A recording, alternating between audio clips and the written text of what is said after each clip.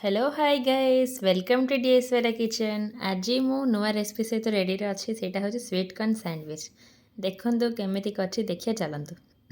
Fast मु गोटे bowl रे 200 ग्राम स्वीट कॉर्न नेली आपको मु बॉईल कर नहीं टिके सॉल्ट पक्की बॉईल करदेवे है। तापर एबे नेली दुईटा मीडियम साइज टमाटो को छोट छोट खंड कर काटिदेली। तापर एथरे मु ऐड करली देखु काटी देदेली। एबे नबा पियाज मु पियाज भी दुईटा मीडियम साइज रे नहीं ताकि भी छोट छोट खंड कर काटिदेली। तापर एथरे आम दुईटा मीडियम साइज देदेली। एबे देख देबा ऑरिगेनो 1 टीस्पून देबा स्मॉल स्पून जो 1 टीस्पून देदेली। देखिले एटा देबा द्वारा भल एरोमा आसो टेस्ट भल लगे। तापर 1 टीस्पून चिली फ्लेक्स नहीं गली। तापरे वेज मायोनेज नहीं वेज मायोनेज रो मु नॉर्मल फ्लेवरटा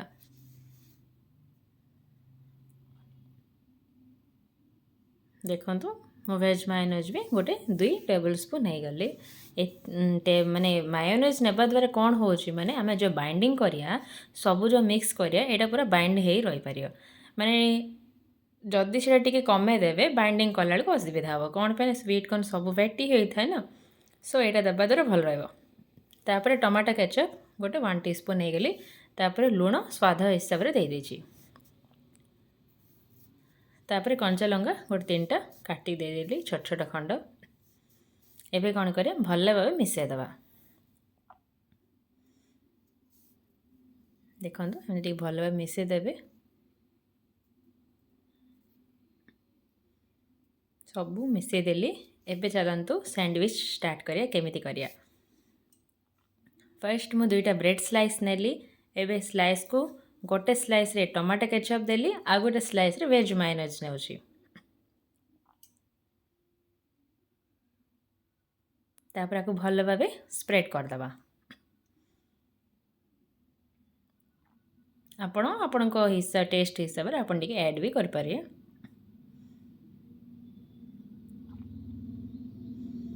एबे वेज मायोनेजटा जोटा देइथिली आपको भी स्प्रेड करदेली। देखंतु पूरा चारिआडे स्प्रेड करदेवे। एबे कौन करिया जो मिक्सचरटा आमे प्री रेडी कर रखीचे से आमे स्टफिंग दबा। केमती स्टफिंग दबा देखंतु मो देली गोटे स्पून आपण को ब्रेड हिसाब से आपण से क्वांटिटी दे पारिए। एटा मोर छोट ब्रेड तो मु नेइची मो आपे गोटे स्पून नेइची बड़ स्पून रो टिके भल भाव साइज करदे। तापर सेकेंड स्लाइसटा जोटा अच्छी आपरे रखी भल भाव घोड़ाई रखिए। देखो एमती क्लोज हो गला।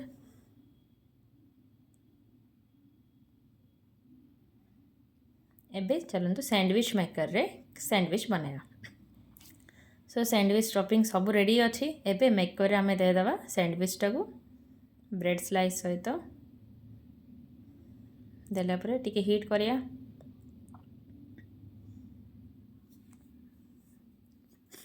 टिके बोथ साइड ये करिए बोथ साइड हीट हैला परे स्लाइड बटर अप्लाई करिए। आपण को जेते बटर इच्छा सेते बटर आपण यूज कर पारिए। मु पूरा स्लाइड नहीं बेसी नहीं बोथ साइड आपण अप्लाई कर पारिए। देखंतु केमती क्रंची कलर आसलानी। एथर हैला पर जो खाइबे ना किते टेस्ट लगे तापर मते कमेंट सेक्शन रे कमेंट करी कहबे।